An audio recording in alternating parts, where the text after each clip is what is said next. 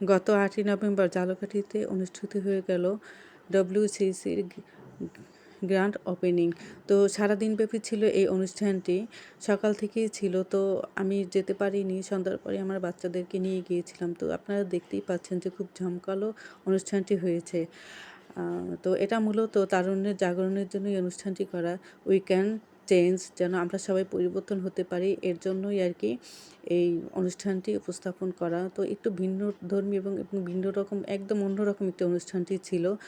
একদম তাদের আন্তরিকতা খুবই ভালো ছিল, যারা আর কি এই অনুষ্ঠানটি পরিচালনা করেছে। আমি মানে খুবই মুগ্ধ ছিলাম যে এত সুন্দর হয়েছিল এই অনুষ্ঠানটি। তো দেখেন, এখানে হুমায়রাকে দেব নিয়ে আর কি গান পরিচালনা করা হয়েছে। তারপরে যে এই অনুষ্ঠানটির যে তত্ত্বাবধায়ক, তার ছেলের এই গান গেয়েছিল। তো এখানে যারা গান গেয়েছিল, সেই যে